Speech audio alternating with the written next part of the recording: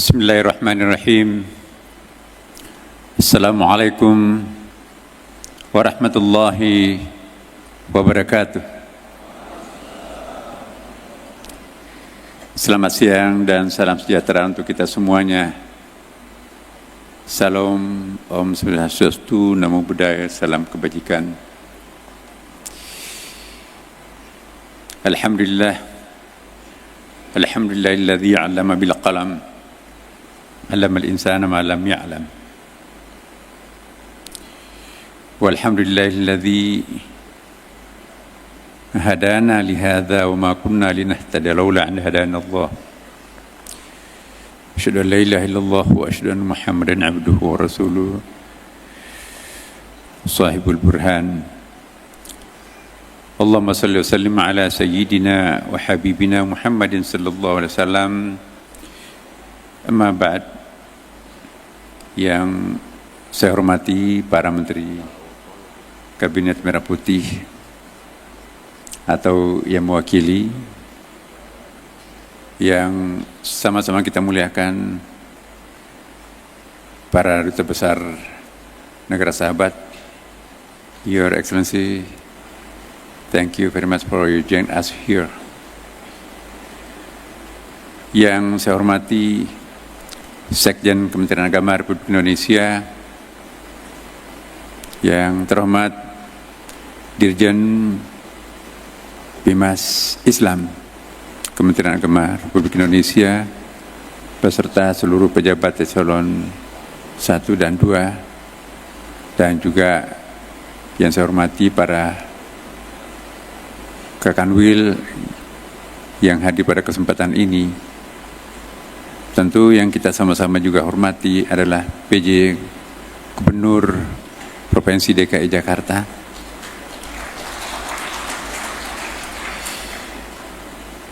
dan yang kita muliakan bersama para Dewan Hakim, Panitra, dan tentunya pimpinan delegasi yang kami cintai, seluruh para peserta musabaqah tilawatil Quran, dan Bapak Ibu sekalian yang hadir pada kesempatan ini, baik yang langsung hadir pada kesempatan ini dalam ruangan ini maupun yang mengikuti melalui Zooming. Pertama-tama kita bersyukur kehadirat Allah Subhanahu wa taala karena kita bisa menyaksikan langsung penyelenggaraan Musabaqah Tilawatil Quran tingkat internasional yang keempat yang kita laksanakan di tempat ini. Musabaqah Tilawatil Quran tentu bukan hanya kita memperlombakan seni bacanya, tetapi ini salah satu bentuk manifestasi kecintaan kita terhadap kitab suci ini. Kenapa begitu kita mencintai Al-Quran? Karena kita tahu bahwa Al-Quran itu adalah kalamullah, firman Allah Subhanahu wa ta'ala. Al-Quran ini adalah mampu mencerahkan masyarakat tempat turunnya Al-Quran pada waktu itu sangat primitif. Ya, kebanyakannya masih buta aksara, ya, buta huruf. Bagaimana mungkin masyarakat yang sangat terkebelakang pada waktu itu mampu mendapatkan kepuasan yang luar biasa terhadap petunjuk Al-Quran? Dan juga sampai kita sekarang ini masyarakat yang sering disimbolkan sebagai masyarakat yang artificial intelligence juga luar biasa ketakjubannya terhadap Al-Quran. Jadi semua etnik, semua zaman sangat mengagumi Al-Quran. Inilah salah satu bukti kemujizatan Al-Quran. Beberapa waktu yang lalu juga salah satu majalah perbukuan di Amerika mencatat bahwa penerbitan yang paling laku di seluruh Amerika Tidak ada penerbitan yang mampu menandingi penerbitan Al-Quran. Ya, bahkan dibandingkan novel di Da Vinci Code yang pernah fenomenal, 1 tahun terjual 5 juta eksemplar, tapi itu pun juga belum mampu menyaingi oplah penjualan Al-Quran. Dan ternyata bukan hanya di Amerika, tapi juga di negara-negara Eropa belum ada yang bisa menandingi oplah penjualan Al-Quran. Ini artinya apa? Bahwa Al-Quran itu menjadi pusat perhatian, bukan hanya oleh para seniman, bukan hanya para politisi, bukan hanya para ahli agama, tapi juga para saintis terutama yang sekarang ini banyak mengkaji, mendalami Al-Quran. Semakin dikaji, semakin bermunculan rahasia-rahasia ajaib kedahsyatan Al-Quran itu sendiri. Dan kita juga faham bahwa Al-Quran itu bukan hanya petunjuk umat Islam saja, tapi juga rahmatan lil alamin. Bahkan rahmatan lil alamin jamak.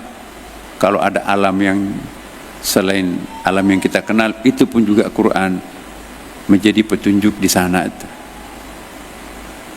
Memang tantangan Al-Quran, dan ini merupakan tantangan kita juga, ya, bagaimana mengartikulasikan nilai-nilai Al-Quran itu di dalam masyarakat modern, terutama dalam masyarakat yang kita kenal sekarang ini sebagai era post-truth. Apa yang dimaksud era post-truth ini?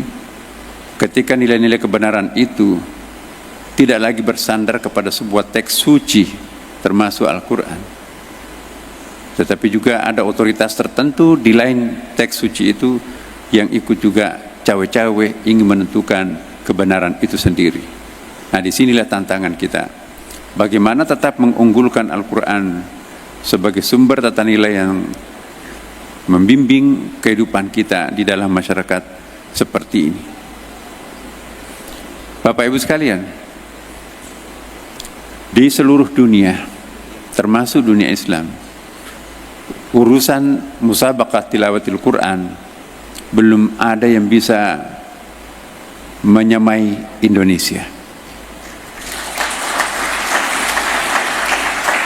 Tidak ada satu negara pun, hampir semuanya saya sudah kunjungi, yang melakukan musabaqah tilawatil Quran berjenjang secara periodik setiap tahun, mulai dari tingkat RT, RW, tingkat desa, kelurahan, naik ke atas tingkat kecamatan, naik ke atas tingkat kabupaten dan kota madya, naik ke atas tingkat provinsi, sampai ke tingkat nasional, sampai sore ini kita melakukan secara internasional. Makanya itu wajar kalau para utusan MTQ internasional kita umumnya didominasi juaranya itu oleh peserta kita dari Indonesia.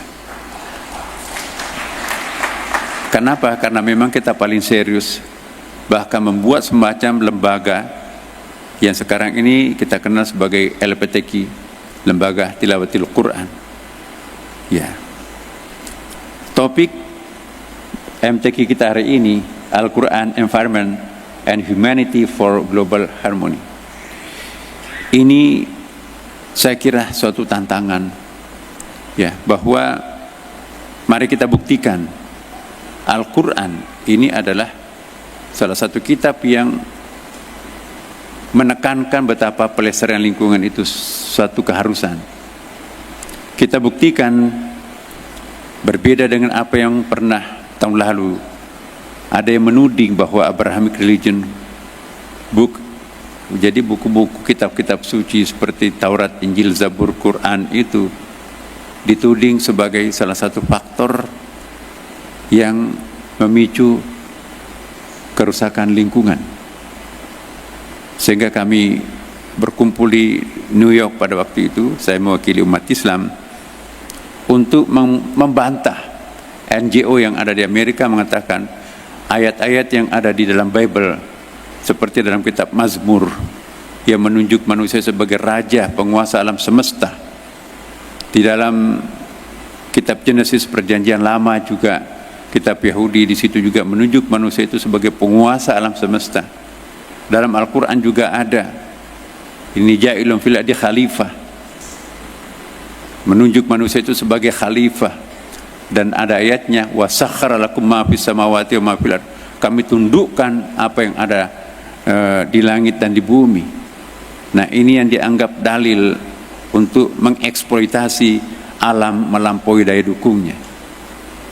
Kalau memotong ayat-ayat seperti itu memang iya, tetapi kita harus membaca Al-Quran itu secara komprehensif, bahwa banyak sekali ayat-ayat Al-Quran, meskipun manusia sebagai khalifah, meskipun ditundukkan, ditaskhirkan untuk manusia, tetapi kita tidak boleh melampaui batas. Wala tusrifu daral fasadu fil barri wal bahr bima kasabat aydin nas. Jadi jika kita ingin melihat bumi ini langgeng, maka kita harus merawatnya. Itu message-nya Al-Quran. Karena itu di dalam pandangan Al-Quran, inilah yang perlu kita eksploitasi di dalam kandungan-kandungan Al-Quran. Bahwa Al-Quran sejak awal memperkenalkan bahwa sebetulnya tidak ada benda mati dalam kamus Al-Quran. Wa in min syai'in illa yusabbih bihamdihi walakin la ta'lamuna tasbihahum. Semuanya bertasbih. Ma makna tasbih? At-tasbih bimana at-tansih. At-tansih artinya memuji, mencintai.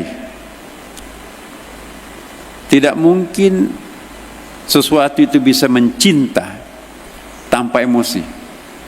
Jika segala sesuatu itu memuji Allah, berarti segala sesuatu itu juga punya emosi. Dan dengan demikian, segala benda-benda alam yang ada di muka bumi maupun yang tidak terlihat, itu semuanya punya emosi. Al-Quran memperkenalkan kita seperti itu. Tidak ada benda mati. Makanya itu, kita diminta untuk bersahabat dengan alam semesta, bukan diminta untuk menaklukkan, menjinakkan, membinasakan, merusak alam semesta. Ini yang perlu kita perbaiki cara pandang kita terhadap alam. Alam itu adalah partner kita, bukan objek semata, tetapi itu sekaligus menjadi subjek. Definisi masyarakat modern, seolah-olah manusia itu bukan alam. Yang alam itu segala sesuatu selain manusia itu adalah alam. Inilah filsafat yang menyebabkan kerusakan alam.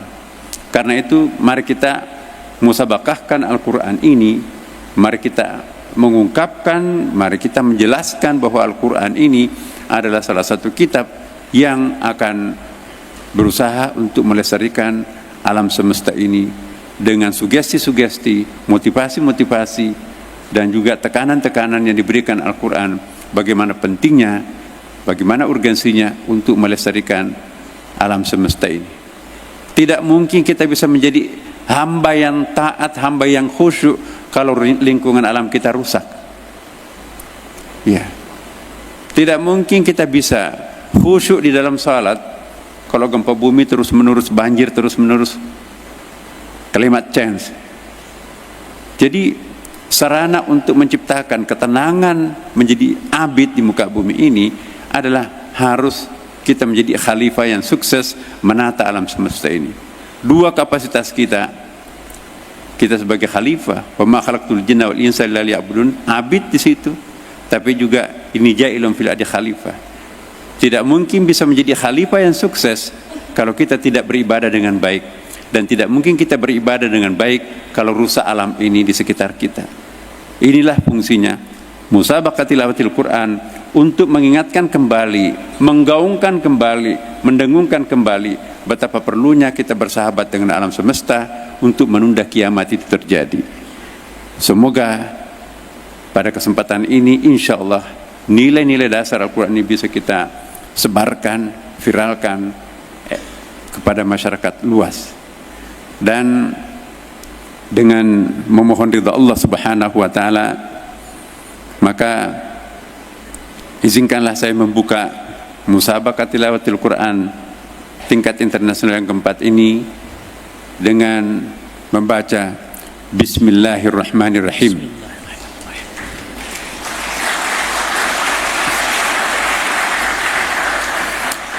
Terima kasih. Wallahul muwaffiq ila aqwamit thariq. Wassalamualaikum warahmatullahi wabarakatuh.